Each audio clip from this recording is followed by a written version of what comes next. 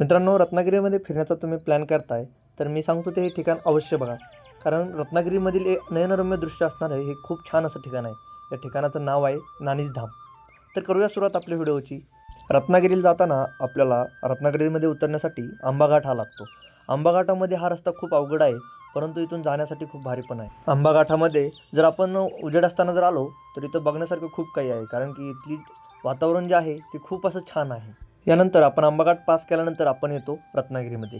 रत्नागिरीमधील हे जे दृश्य आहे ना, खूप असं पाहण्यासारखं आहे आणि डोळ्यांना खूप भारावून टाकतं. रत्नागिरी आल्यामध्ये त्यानंतर नानीज गाव लागतं. त्या नानीज गावामधून आल्यानंतर वरती आलं नानीज धाम म्हणून आहे.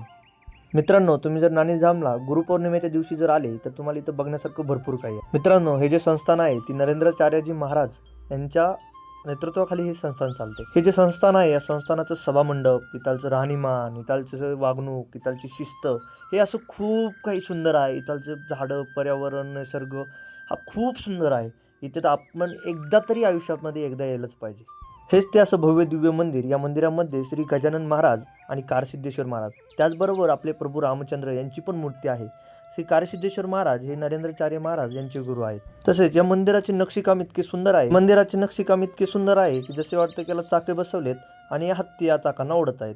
अशा प्रकारे या मंदिराचे मुख्य प्रवेशद्वार. या मुख्य मंदिराच्या प्रवेशद्वारासमोर खूप सारे हत्ती आहेत.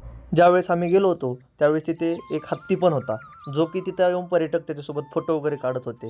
असं नयनरम्य दृश्य असणारे हे मंदिर जेवढं बाहेरून सुंदर दिसतंय तेवढेच आतून पण आहे. तरी पण तुम्ही एकदा अवश्य येऊन या मंदिराला भेट द्यावी. तुम्हाला जर शक्य असेल तर तुम्ही गुरुपौर्णिमेला नक्की या. मित्रांनो, हे मंदिर तुम्हाला नक्कीच आवडेल. अशाच प्रकारचे व्हिडिओ पाहायचे असतील तर मला लाईक आणि सबस्क्राईब करा.